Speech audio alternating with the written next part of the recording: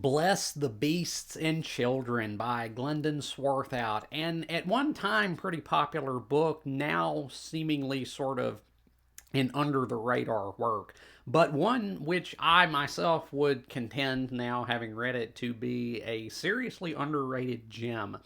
So, Glendon Swarthout is perhaps best remembered now for being the author of the Western novel The Shootist, which was the source material for the Duke himself, John Wayne's final film of the same name. Pretty kick ass movie, in my opinion.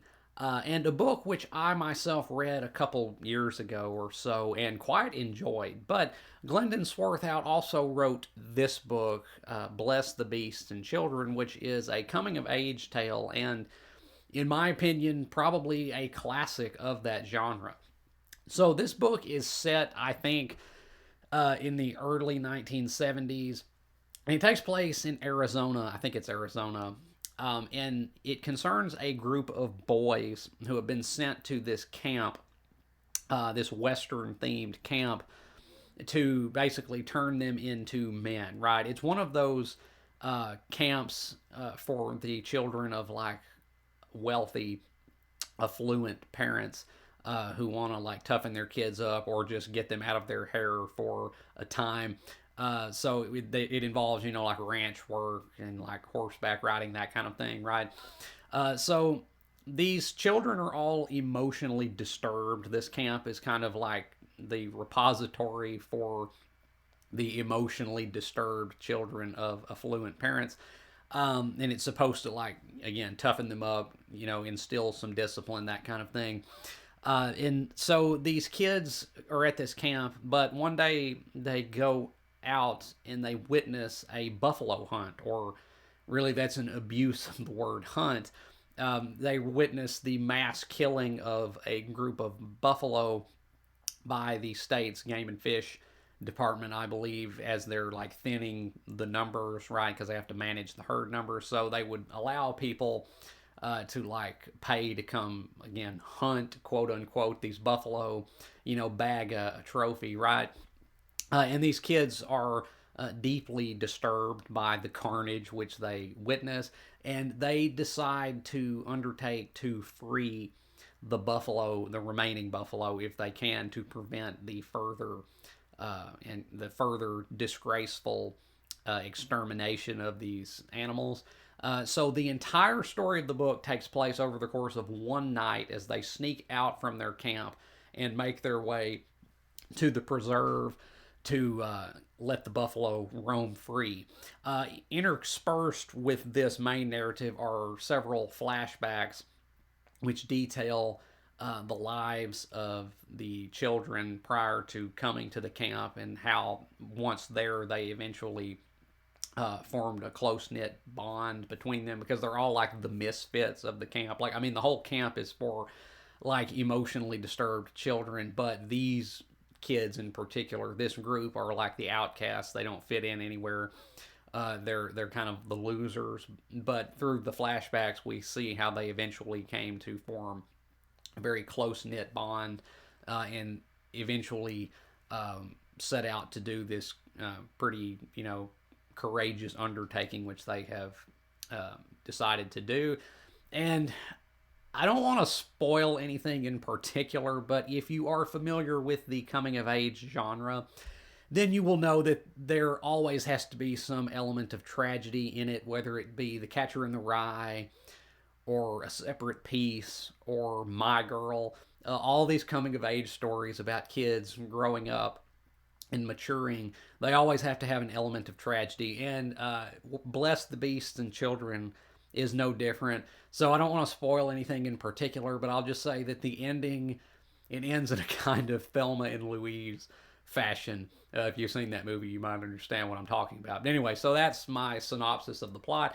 Let's talk about the technical qualities of this book, because this book is quite superb technically. First off, the writing is crackerjack stuff. Glendon Swarthout was quite the writer, and that was apparent to me upon reading The Shootist previously.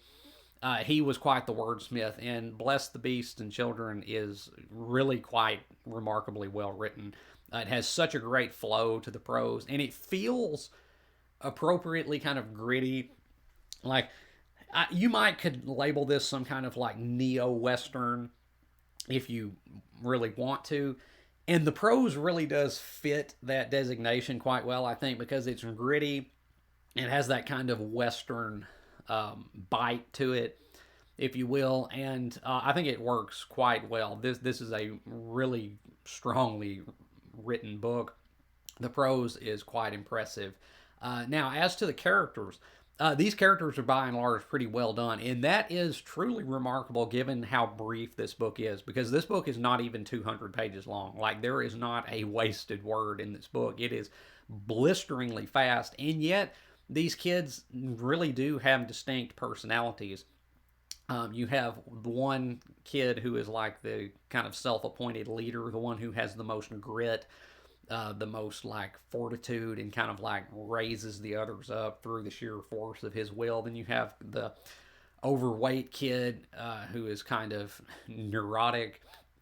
Then you have the other neurotic kid who is like a mama's boy, who has some like emotional baggage due to his home life. I mean, they all do really. And then you have the two like brothers who are kind of competing for their parents' affection, and are also incredibly neurotic. Like, they do have distinct personalities, and more than that, they really do have arcs, because by the end of this book, we witness them become much more than they were at the beginning. They start out basically like complete losers at the very bottom of the totem pole in the camp, but by the end, they're doing something very courageous and very daring, and it really does pay off quite well in terms of the character arcs in this book. It's quite well done. And another thing that I like about this book is that through these flashbacks, it is subtly indicting the home life which produces this kind of child, this kind of insecure, neurotic, disturbed child. Because it rarely ever, I suppose, is it the kid being the problem. Rather, the kid is the repository of problems that are kind of foisted upon them in their home life. And, that's what this book really illustrates very well, but also very subtly, is that these kids have all been shipped off by their neglectful, feckless parents to this camp, mainly to get them out of their hair. But through these flashbacks, you see that their parents are like not very good parents. Their parents are what caused these children to be this way, and so it's subtly indicting this kind of poor parenting, which produces this kind of child. And it makes it all the more rewarding at the end of the book when we see these kids truly come into their own and surpass what they've been made to be. It's really well done, honestly. Now, on to the story. Like I said, this thing is blisteringly fast paced, and if there is a criticism to be leveled here, I would say it might be that this story is a little bit gaunt. There may perhaps could have been a little bit more meat on the bones of this story, because again, it's not really wasting any words. It is going, and its eyes on the target, and it's not expending frivolous energy where it doesn't have to. It's just it's cooking. It is cooking. This book does, and like I say, overall, it's quite well done. I think it. Again, I would never say that this book is like cripplingly too short, but I do think maybe there could have been a little bit more in here, because again, the whole story takes place over the course of just one night, with flashbacks interspersed. And he really doesn't waste any words in these flashbacks either. Like, there's not a whole lot of like description of the environment, especially in these flashbacks. He's, again, not mincing words, but maybe if there is a criticism again to be leveled here, I would say that it might be that maybe there could have been just a little bit more here than there was. But by and large, this book is roundly excellent.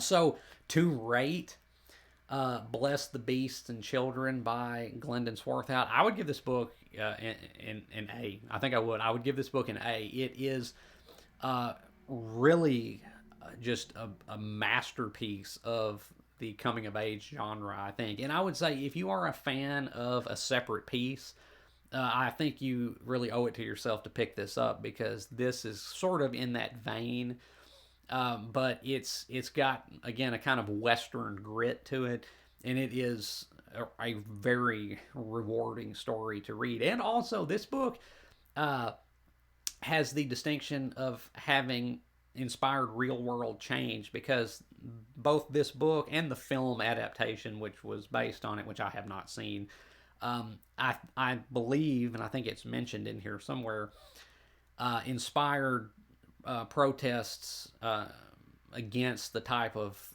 canned hunt uh, of these buffalo, which was a real thing. This Glendon Swarthout didn't make that up. That this is how the Game and Fish Commission, I think it's the Game and Fish Commission, used to offload the excess buffalo, was just let people, people who may not even have any experience with firearms and be dreadful shots come up here and just like, again, just like mutilate these animals just like in the most like gruesome fashion, just like shooting fish in a barrel and having to shoot them multiple times, many of the times. Again, I think this book can be said to have possibly had a hand in altering that because there were some protests after this book and its film adaptation, which were reacting against that kind of thing. So kudos to this book. It really inspired some real world change, I think, and it's just a great yarn. It really is. And again, if you're into coming of age stories like A Separate Piece or like Stand By Me or something like that, this is like, you really ought to read this because it really is a great example of that type of work. And so, again, it gets an A from me. So, Bless the Beasts and Children by Glendon Swarthout. Have you read the book? If you have, let me know down in the comments what you thought about it, whether you have agreed or disagreed with anything I've said here today. And if you haven't read the book, like I say, I could recommend this. This would be a hard recommend for me because this is a quality work and one that is quite rewarding if you are a fan of this type of genre. And as always, if you have enjoyed anything you've seen or heard here today, remember to hit that like button and subscribe. I would really appreciate it. And until next time, peace.